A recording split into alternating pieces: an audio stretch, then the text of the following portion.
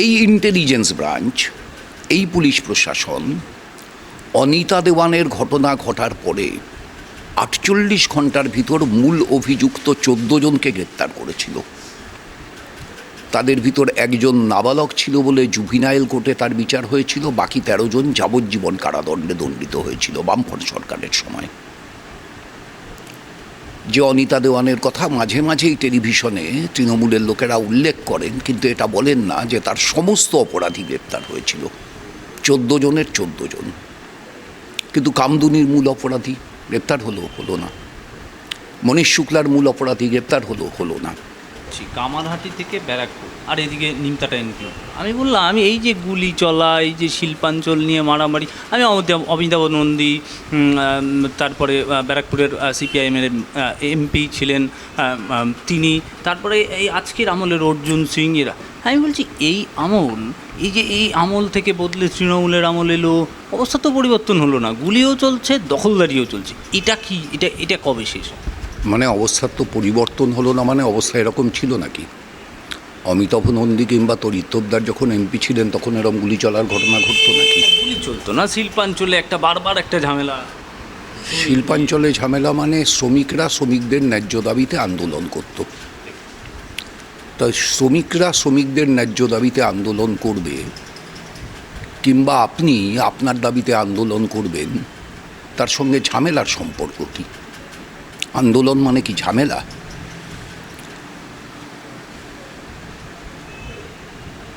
উত্তর দিন। একেবারেই নয়, আন্দোলন মানেই ঝামেলা না, কিন্তু এই যে গুলি চলা হঠাৎ করে, এই তো ক্ষমতা দখল। স্টেটমেন্টটা বদলাতে হবে যে অবস্থার পরিবর্তন হলো না।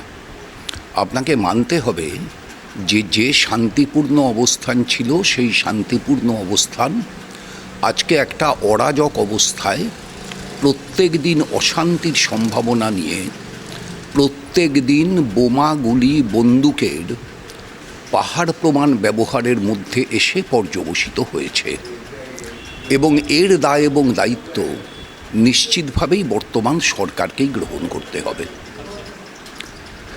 আপনি খেয়াল করলে দেখবেন যে ব্যারাকপুর শিল্পাঞ্চলে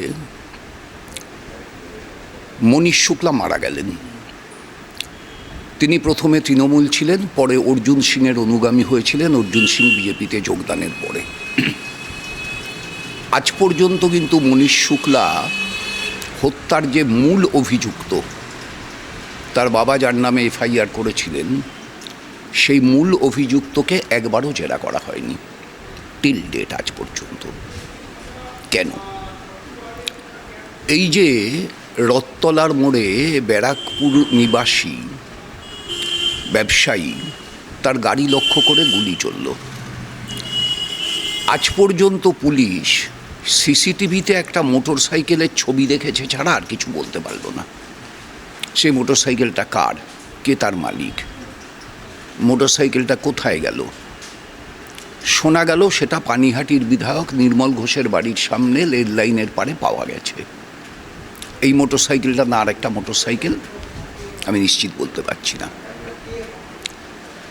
কেনই বা গেল ওখানে? এই মোটর সাইকেলে করে কারা ছিলেন? তাহলে কি মানতে হবে যে পুলিশ প্রশাসন এবং তার ইন্টেলিজেন্স ব্রাঞ্চ সেটা সম্পূর্ণ ব্যর্থ হয়ে গেছে? এই ইন্টেলিজেন্স ব্রাঞ্চ, এই পুলিশ প্রশাসন অনিতা দেওয়ানের ঘটনা ঘটার পরে ৪৮ ঘন্টার ভিতর মূল অভিযুক্ত ১৪ জনকে গ্রেপ্তার করেছিল। তাদের ভিতর একজন নাবালক ছিল বলে জুভিনাইল কোর্টে তার বিচার হয়েছিল, বাকি ১৩ জন যাবজ্জীবন কারাদণ্ডে দণ্ডিত হয়েছিল বামফ্রন্ট সরকারের সময়। যে অনিতা দেওয়ানের কথা মাঝে মাঝেই টেলিভিশনে তৃণমূলের লোকেরা উল্লেখ করেন, কিন্তু এটা বলেন না যে তার সমস্ত অপরাধী গ্রেপ্তার হয়েছিল, ১৪ জনের ১৪ জন। কিন্তু কামদুনির মূল অপরাধী গ্রেপ্তার হলো না। মনীশ শুক্লার মূল অপরাধী গ্রেপ্তার হলো না। এই যে ব্যারাকপুরের ব্যবসায়ীকে বারবার ফোন করে ভয় দেখানো হলো, শেষ পর্যন্ত কত ২০ লক্ষ টাকা না কত চেয়ে পাঠানো হলো। ফোন করা হয়েছে মানে তো একটা ফোন নাম্বার ছিল, সেই ফোন নাম্বার ধরে, সেই ক্লু ধরে আজকের আধুনিক প্রযুক্তিতে যারা সারদা কাণ্ডের সেই লাল ডায়েরি আধুনিক প্রযুক্তি ব্যবহার করে লোপাট করে দিতে পারল, তারা সেই ফোন নাম্বার ধরে সেই ফোন কে করেছিল সেই অপরাধীকে বের করতে পারল না। তাহলে এটা ব্যর্থতা না এটা ইচ্ছাকৃত সঠতা জনগণের সঙ্গে? জনগণ কি প্রতারণার শিকার হচ্ছেন সরকারের কাছ থেকে প্রত্যেক দিন? সরকার কি ঠিক করে রেখেছে যে দুষ্কৃতীদেরকে মদত দেওয়া, দুষ্কৃতীদেরকে দুষ্কৃতি রাজ চালিয়ে যেতে দেওয়া এবং দুষ্কৃতীরা দুষ্কৃতি রাজ চালিয়ে গেলে তারা কোনো অপরাধে অপরাধী হবেন না, শাস্তি পাবেন না, এই বার্তা তাদের কাছে পৌঁছে দেওয়াটাই প্রশাসনের কাজ, মুখ্যমন্ত্রীর কাজ? এটা কি সরকারের বিশেষ ক্যাবিনেট বা গোপন ক্যাবিনেট বা মুখ্যমন্ত্রীর একার ক্যাবিনেটের সিদ্ধান্ত? জানতে তো হবে মানুষকে, কারণ একটার পর একটা ঘটনা ঘটছে। নিমতায় গুলি চালানোর ঘটনা, এই যে জয়ন্ত সিং, তাকে আজকে নাকি ডানলপ থেকে পুলিশ বলছে গ্রেপ্তার করেছে, আর তার আইনজীবী বলছে সে আত্মসমর্পণ করেছে। যদি পুলিশ গ্রেপ্তারি করে থাকে, আইনজীবী এটা বলছেন কেন? তাহলে পুলিশ যদি গ্রেপ্তার করে থাকে, তাহলে যে আইনজীবী বলছে সে আত্মসমর্পণ করেছে, সেই আইনজীবীর বিরুদ্ধে সুমোটো কেস করে সেই আইনজীবীকে গ্রেপ্তার করলো না কেন পুলিশ? আর যদি আইনজীবী ঠিক বলে থাকে, যে কারণে পুলিশ আইনজীবীর বিরুদ্ধে সুমোটো কেস করে তাকে গ্রেপ্তার করতে পারছে না, যে পুলিশের কৃতিত্বটাকে তার মক্কেলের আত্মসমর্পণ বলে চালাচ্ছে, তাহলে পরে পুলিশ কেন স্বীকার করে নিচ্ছে না যে না আমরা গ্রেপ্তার করিনি, উনি আত্মসমর্পণ করেছেন? কি গোপন করতে চাইছে পুলিশ? হয় পুলিশকে ওই আইনজীবী মিথ্যে কথা বলছেন এই কারণে ওই আইনজীবীকে চেস করতে হবে, নয় পুলিশকে ওই আইনজীবী সত্য কথা বলছেন এটা মেনে নিয়ে নিজে মিথ্যে কথা বলেছেন এটা স্বীকার করতে হবে। দুটো তো একসঙ্গে সত্য হতে পারে না। উনিও আত্মসমর্পণ করেছেন, পুলিশও গ্রেপ্তার করেছেন, তাহলে কোনটা সত্য? এই জয়ন্ত সিং, তার বিরুদ্ধে কোন কোন ধারায় মামলা দেওয়া হয়েছে? আপনারা চোপড়ার ঘটনায় দেখেছেন যে নির্যাতিতা মহিলাকে বাধ্য করা হচ্ছে অভিযোগ তুলে নিতে, এবং তিনি বাধ্য হচ্ছেন। গোটা ভারতবর্ষ, সম্ভবত গোটা পৃথিবী যেটা লাইভ দেখেছে সোশ্যাল মিডিয়ায়, সেই মহিলাকে গোটা পৃথিবীর দেখাটাকে ভুল এটা বলতে হচ্ছে। মানে কোন রাজত্বে আপনি বাস করছেন, কোন দেশে আপনি বাস করছেন? আমরা মাঝে মাঝে বলি মধ্যযুগ, মধ্যযুগ কি এর চাইতেও খারাপ ছিল? আমরা মাঝে মাঝে বলি জঙ্গলের রাজত্ব, জঙ্গলের রাজত্ব কি সত্যি এর চাইতে খারাপ হয়? জঙ্গলেও তো একটা নিজস্ব নিয়ম আছে। পেট ভরা বাঘ তো কাউকে খায় না, পেট ভরা সিংহ তো কাউকে খেতে যায় না। জঙ্গলও একটা নিয়মে চলে। কিন্তু মমতা ব্যানার্জির সরকার কোন নিয়মে চলেন? এই নিয়মটা আপনি কোথাও আবিষ্কার করতে পারবেন না। এখানে একমাত্র অপরাধীদের স্বর্গরাজ্য, দুষ্কৃতীদের স্বর্গরাজ্য, এবং মমতা ব্যানার্জিকে ভোটে জিততে হবে।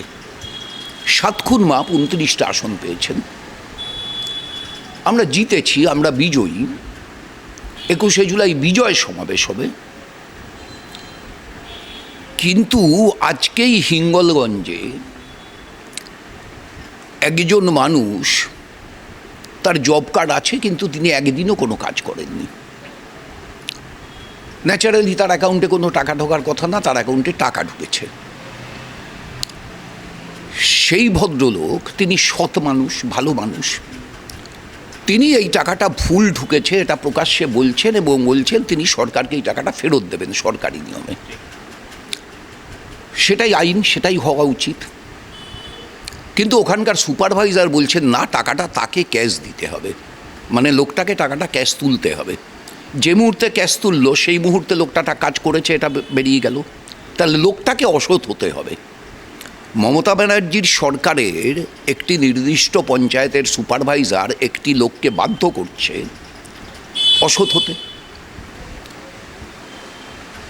এবং আপনি নিশ্চিত থাকতে পারুন যে যদি সুপারভাইজারের কথায় কাজ না হয়, তাহলে তৃণমূলের ভোট লুটের বাহিনী, তৃণমূলের দুষ্কৃতী বাহিনী যারা এইরকম জ্যান্ত সিং মার্কা এলাকায় এলাকায় ছড়িয়ে আছেন, যারা ওই রকম জেসিবি মার্কা এলাকায় এলাকায় ছড়িয়ে আছেন, তারা ওই লোকটির বাড়িতে যাবে এবং ওই ভদ্রলোককে বলবে এটা মেনে নিতে।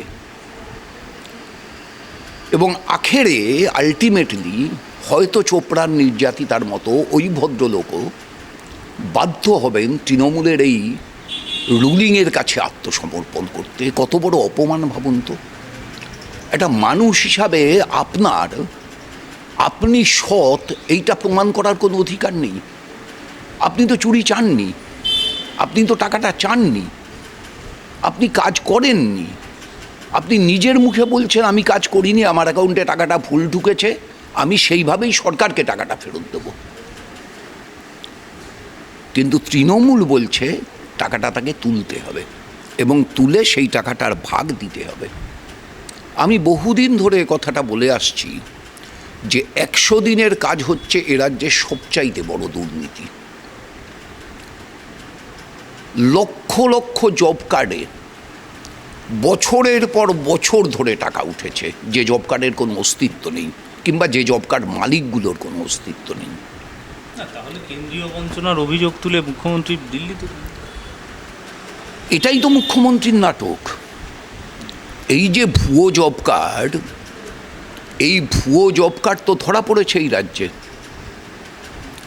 একটা দুটো না, প্রচুর ভুয়ো জব কার্ড ধরা পড়েছে। তাহলে এই যে প্রায় 1 কোটির কাছাকাছি ভুয়ো জব কার্ড, 80 লক্ষ না 86 লক্ষ, এক্স্যাক্ট ফিগারটা আমার এই মুহূর্তে মনে পড়ছে না, ভুয়ো জব কার্ড যা এই রাজ্যে ধরা পড়ল, এই ভুয়ো জব কার্ডে তো 10 বছর ধরে টাকা উঠেছে। কোনো বছরে 17 দিন কাজের, কোনো বছরে 19 দিন কাজের, কোনো বছরে 21 দিন কাজের, কোনো বছরে 23 দিন কাজের। এবার আপনি হিসেব করুন তো এই টাকাটা কত। যদি গড়ে 200 টাকা পার ডে মজুরি ধরেন, কারণ এই মজুরিটা তো শুরু হয়েছিল সম্ভবত 170 টাকা থেকে, এখন সেটা বেরিয়ে কত 275 হয়েছে। আপনি একটা গড় যদি ধরেন 200 টাকা, তাহলে 80 লক্ষ জব কার্ড ইন্টু 200 টাকা ইন্টু 17 দিন গড়ে ইন্টু 10 বছর, কত টাকা কাটমানি বাবদ আয় করেছে তৃণমূল কংগ্রেস অনুমান করতে কষ্ট হয়। তাহলে এই যে বিপুল পরিমাণ টাকার সম্ভারের ভিতর একটা রাজনৈতিক দল, সেই রাজনৈতিক দলের কাছে শেখ শাহজাহানের মতো 4টে আমেরিকান রিভলভার এমন কি জটিল বিষয়? সেই রাজনৈতিক দলের কাছে জেসিবি মেশিন কি কঠিন বিষয়? আমার এখানে একটা বক্তব্য, ছোট্ট জিনিস জানার ছিল যে সমাজে এই যে যারা একটু কম শিক্ষিত, যারা একেবারে ওই পড়াশোনার বৃত্তের মতন সবাইকার মতন করে প্রতিদ্বন্দ্বিতা করেনি, তারা কি কোনোভাবে শাসক দলের ছত্রছায়ায় চলে যাচ্ছে এবং তাদের হাত দিয়েই বেশ খানিকটা ক্রাইম করিয়ে নেওয়ার, মানে আমি ঠিক জানতে চাইছি যে এটাই কি সঠিক হচ্ছে? যখন আর্থিক সংকট তীব্র হয়, এটাই পৃথিবীর ইতিহাস, তখন প্রলেতারিয়েতদের একটা অংশ, অর্থাৎ সর্বহারাদের একটা অংশ, আপনি যাদের একেবারে নিচের তলার মানুষ বলছেন, দরিদ্র মানুষ বলছেন, সেই অংশ, তাদেরকেই তো প্রলেতারিয়েত বলি আমরা, তাদের ভিতর একটা অংশ লুম্পেন প্রলেতারিয়েতে পরিণত হয়। এটা মার্কস অনেক আগে বলে গেছেন। এবং এই লুম্পেন প্রলেতারিয়েতকে শাসক শ্রেণী তার ভাড়াটে হিসেবে ব্যবহার করে। এটাই পৃথিবী, এটাই পৃথিবীর ইতিহাস। মার্কস বহু আগে এটা চিহ্নিত করেছেন। এই লুম্পেন প্রলেতারিয়েত এই রাজ্যে বাড়ছে বলেই তো সবচাইতে বেশি পরিযায়ী শ্রমিক এই রাজ্য থেকে। একটা সময় সবচেয়ে বেশি পরিযায়ী শ্রমিক এই রাজ্যে কাজ করত, বিহার থেকে, উড়িষ্যা থেকে। এখন আপনি পাবেন খুঁজে, আপনি আপনার পাড়ায় সাধারণভাবে বাঙালিরা এই কাজটা খুব একটা বেশি করতো না, উড়িষ্যার লোকেরা করতো। বাড়িতে গাছ হয়েছে, গাছটা কাটবেন, গাছ কাটার লোক খুঁজে পাবেন আপনি আপনার পাড়ায়? আপনাকে অর্ডার দিয়ে চেনা জানা ধরে কোথায় বসে জেনে রাস্তার মোড় থেকে বের করতে হবে। যে গরিব মানুষ ঘোড়ামির কাজ করত আপনি পাবেন খুঁজে? নেই সেই মানুষগুলো। এই কাজগুলো সাধারণভাবে বাংলায় করতো বাইরের লোকেরা, বাংলায় বাইরে থেকে আসা লোকেরা। একটু খেয়াল করে দেখুন, কুয়ো কাটার লোক পাচ্ছেন? এই যে একেবারে নিচের তলার গরিব মানুষের জীবিকার যে কাজগুলো ছিল, অনেকের বাড়িতে টিউবওয়েল আছে, টিউবওয়েল খারাপ হয়, টিউবওয়েল রিপেয়ারিংয়ের লোক পাচ্ছেন? দেখবেন পাচ্ছেন না। একটু খেয়াল করে ভালো করে সমাজের দিকে তাকান, দেখবেন খুঁজে পাচ্ছেন না। কেন খুঁজে পাচ্ছেন না? কারণ এই লোকগুলোর ভিতর যে অংশটা এখনও আছে, সেই অংশটা দেখছে এই কাজটার থেকে শাসক শ্রেণীর ভাড়াটে হিসেবে কাজ করলে আয় বেশি, তাই তারা শাসক শ্রেণীর ভাড়াটে হিসেবে কাজ করছে। এবং তাদের একটা অংশ দুষ্কৃতিতে পরিণত হচ্ছে। সরকার প্রশাসন তাদেরকে দুষ্কৃতী বানাচ্ছে পরিকল্পনা মাফিক। আমি একদম ছোট্ট করে, সময় অল্প, শেষ প্রশ্ন। হকার অপারেশন সানশাইনের কথা বলছে এই মুহূর্তে মুখ্যমন্ত্রী দুবার একেবারে প্রশাসনিক বৈঠক করেছেন, সময় দিয়েছেন, ট্রিপল ভেঙেছেন, বুলডোজার দেখেছি, আমরা ডানলবেও দেখেছি হকার উচ্ছেদ। আমি বলছি নোটিফিকেশান কোথায়? তার একটা পরিকল্পনা হয়েছিল। অপারেশন সানশাইনের যদি উদাহরণই হয়, সেখানে তো মিটিং হয়েছিল, কনভেনশন হয়েছিল, সেটা তো কিছু হলো না। হঠাৎ করে সিদ্ধান্ত 1 মাস সময়, তার পরের দিন। অপারেশন সানশাইন একটি ঘোষিত কর্মসূচি ছিল, বহু আগে মন্ত্রিসভা সিদ্ধান্ত করেছিল, জানানো হয়েছিল, মাইকে ঘোষণা হয়েছিল, হকারদের নিয়ে মিটিং হয়েছিল, প্রতিবাদ করেছিল হকাররা, সব হয়েছিল। খুবই স্বাভাবিক প্রতিবাদ করাটা, কিন্তু এটি ঘোষিত কর্মসূচি ছিল। ঠিক ভুলের তর্কে আমি যাচ্ছি না, এটি ঘোষিত কর্মসূচি ছিল। এই কর্মসূচিটায় ঘোষণা কোথায় হলো? হঠাৎ একদিন বুলডোজার নেমে পড়ল, ভাঙা শুরু করে দিল। 2 দিন বাদে মুখ্যমন্ত্রী বললেন আপাতত আমি এটা স্থগিত রাখছি 1 মাসের জন্য। কোথায় স্থগিত? কালকে তো আমাদের কাঁচরাপাড়া পার্টি অফিস ভেঙে দিল। তাহলে কি মুখ্যমন্ত্রী যেটা বলছেন সেটা মুখ্যমন্ত্রীর মুখের কথা, মনের কথা না? এবং এটা যে মুখ্যমন্ত্রীর মনের কথা না, সেটা বীজপুর থানার পুলিশ জানে। তাহলে মুখে মুখ্যমন্ত্রী এটা বলছেন, আর বীজপুর থানাকে কিংবা অন্য থানাকে নির্দেশ দিচ্ছেন, যেখানে সিপিআইএমের পার্টি অফিস তার একটু চালা বা বারান্দা রাস্তার উপরে এসে গেছে, সেটাকে বুলডোজার দিয়ে গুড়িয়ে দাও। সিপিএমের শহীদ বেদি রাস্তার উপরে আছে, বুলডোজার দিয়ে গুড়িয়ে দাও। কিন্তু খবরদার তৃণমূলের পার্টি অফিসের ক্ষেত্রে এটা করো না। এটা কি মুখ্যমন্ত্রী নির্দেশ দিচ্ছেন? এটা ঠিকই তো যে হকার থাকলে পথচারীদের সমস্যা হয়, কে নিয়ে বিতর্ক করতে যাবে? কিন্তু হকার থাকে কেন? ইংল্যান্ড পৃথিবীর একটা উন্নত দেশ। ইংল্যান্ডের নির্দিষ্ট রাস্তা আছে, সেই নির্দিষ্ট রাস্তায় একটা নির্দিষ্ট সময়, ধরা যাক দুপুর 1টা থেকে সন্ধ্যে 7টা পর্যন্ত হকাররা বসবেন, এবং এটা পাবলিক জানে, পাবলিকলি ডিক্লেয়ার্ড যে 1টা থেকে 7টা পর্যন্ত এখানে হকাররা বিভিন্ন পসরা নিয়ে বসবেন। ঠিক 7টা বাজবে, সব হকাররা সব পসরা নিয়ে চলে যাবেন, কোনো পার্মানেন্ট স্ট্রাকচার নেই। আমি নিজে ইংল্যান্ডে গিয়ে আমি এটা দেখেছি, এবং যখন আমি সেইটা অতিক্রম করছি, আমি তো আর নিয়মটা জানতাম না, সন্ধ্যে 7টার পরে এরা থাকবে না। আমার 2টো রিস্ট ওয়াচ খুব পছন্দ হয়েছিল, দরদামও করেছিলাম। তারপর ভাবলাম যে ওখান থেকে আমরা ঘুরে আসি বাকিংহাম প্যালেস ঘুরে ফেরার পথে দেখব। ফেরার পথে জায়গাটা দেখে আমি চিনতে পারছি না, একদম শুনশান, ফাঁকা, কেউ নেই, খটখটে রোদ্দুর। ইংল্যান্ডে তো সন্ধ্যে 7টা মানে আমাদের এখানকার দুপুর 3টের মতো রোদ্দুর। ওদের তো সূর্যাস্ত রাত্রির 9:30টার পর শুরু হয়। সুতরাং আমি তো কলকাতার ছেলে, আমি কি করে বুঝবো? এবার আমি এসে কাউকে কোথাও দেখছি না, আমি ভাবলাম রাস্তা ভুল করেছি। তারপর এক ভদ্রলোক রাস্তা দিয়ে যাচ্ছিলেন, তাকে জিজ্ঞেস করলাম যে I have seen some hawkers here. সে ঘড়িটা দেখলো, দেখে বলল it is 7:35 now, up to 7 they stay here. তো আমাদের এখানে যদি নিউ মার্কেট, গ্র্যান্ড হোটেল চত্বর খালি করতে হয়, বেশ হোক, তাহলে রেড রোডের ধারে ফুটপাথের ওপরে বেলা 2টো থেকে সন্ধ্যে 6টা পর্যন্ত হকাররা থাকবে, বা মেউ রোডের ধারে বেলা 2টো থেকে সন্ধ্যে 6টা অবধি হকাররা থাকবে, বা চৌরঙ্গি রোডের উপর এখান থেকে এই অংশে ফুটপাথের উপর এই সময় থেকে এই সময় হকাররা থাকবে, এই সময় মাল নিয়ে আসবে, এই সময় মাল নিয়ে চলে যাবে, কোনো গুমটি গুদাম হবে না। বা বিটি রোডের উপর, বা জিটি রোডের উপর, বা ইএম বাইপাসের উপর, বা ব্যারাকপুর কল্যাণী এক্সপ্রেসওয়ের উপর। হতে পারে কি হতে পারে না আমি জানি না, বিশেষজ্ঞরা বলতে পারবেন।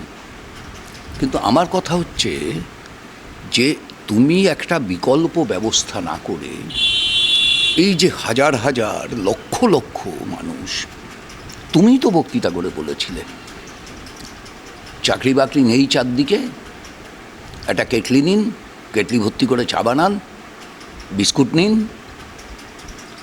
মাকে বলুন একটু ঘুগনি করে দিতে, তো আলুর দম করে দিতে, 4টে বেগুনি ভেজে দিতে, 2টো পেঁয়াজি ভেজে দিতে, রাস্তার ধারে কোথাও একটা বসে পড়ুন, দেখবেন আপনার আয় হবে। তুমি তো বলেছিলে, আমি তো বলিনি। যে তুমি গত বছর পুজোর সময় পশ্চিমবাংলার বেকার যুবর ভবিষ্যতের জন্য এই দাওয়াই দিয়েছিলে, সেই তুমি আজকে যে অজস্র বেকার যুব এই কাজ করে চলেছে, তাদের এরম নির্মমভাবে লুঠেরার মতো তাদের জিনিসপত্র লুট করে তুলে দিচ্ছ। এবং শোনা যাচ্ছে যে এটা নাকি পুজোর আগের স্পেশাল অপারেশন। এই লোকগুলোই, কিংবা এই লোকগুলোর জায়গায় অন্য লোক যে বেশি দর দিতে পারবে, সে আবার এসে বসতে পারবে পুজোর আগে, এবং আবার এই ব্যবস্থাটা ফিরে আসবে। খালি প্রথম যখন বসেছিল তখন যেটার জন্য, যে জায়গায় বসবার জন্য 50,000 দিতে হয়েছিল, সেই জায়গায় বসবার জন্য 2 লক্ষ দিতে হবে। মানে আসলে কাটমানির রেটটা বাড়ল, 75-25 ডিস্ট্রিবিউশনে 75-এর পরিমাণটা বাড়ল, এবং গরিব মানুষগুলো কিছুদিনের জন্য কষ্টে গেল। আপনি একটা জিনিস খেয়াল করেছেন কি না আমি জানি না, যেখানে যেখানে হকার উচ্ছেদ হয়েছে এই পদ্ধতিতে, আপনি হকার যারা যারা সত্যিকারের অত্যাচারিত হলো, তাদের ভিতর কোনো স্বতঃস্ফূর্ত প্রতিবাদ দেখেছেন? বরং অনেক ক্ষেত্রে দেখা গেছে তারা আবার সাহায্য করছে মাল তুলে দিতে। মানে কি তাদের বলা ছিল যে আধ ঘন্টা বাদে পার্কস্ট্রিট থানায় এসে মালটা ফেরত পেয়ে যান? যেটা নির্দেশ দেওয়া ছিল, আগে থেকে ঠিক করা ছিল। নাহলে তারা তো অন্তত মাল বাঁচাবে। পুলিশে অন্য সময় আমরা দেখেছি এই হাল্লা গাড়ি, এমনকি বাম আমলেও মাঝে মাঝে হাল্লা গাড়ি যেত নিউ মার্কেট চত্বর। আমি যেহেতু নিউ মার্কেট চত্বরে আমার প্রতিদিনের যাতায়াত ছিল, ব্যাংকে চাকরি করতাম নিউ মার্কেটে, ফলে আমি বহুদিন দেখেছি এরম হাল্লা গাড়ি নামে একটা আসতো, এবং সেই সময় হকাররা তাদের মালফাল নিয়ে প্রাণপদে ছুটছে, এবং পুলিশও কিছুটা অ্যালাউ করতো ছোটার জন্য। তারপরে আবার সেই হাল্লা গাড়ি চলে গেল, আবার সবাই লুকিয়ে চুরিয়ে যেখানে ছিল গলির কোনায়, এই কোনায় দোকানের পেছনে, সেখান থেকে আবার বেরিয়ে এসে আবার বসলো। এটা অনেকটা রুটিন ওয়ার্ক ছিল পুলিশের। সেই হকারদের তো তখন দিতাম মাল নিয়ে পালাতে, এখন তো কাউকে আমি মাল নিয়ে পালাতে দেখলাম না, যত জায়গায় এটা হলো। আপনি দেখেছেন কোথাও? কোথাও দেখেননি। বরং তারা যেন অনেকটা পুলিশকে সহযোগিতা করছে। তাহলে কি আগে থেকে ডিল হয়ে আছে? আমি সঠিক জানি না, কিন্তু মমতা ব্যানার্জির এমন ব্রেন যাতে সব সম্ভব। অসংখ্য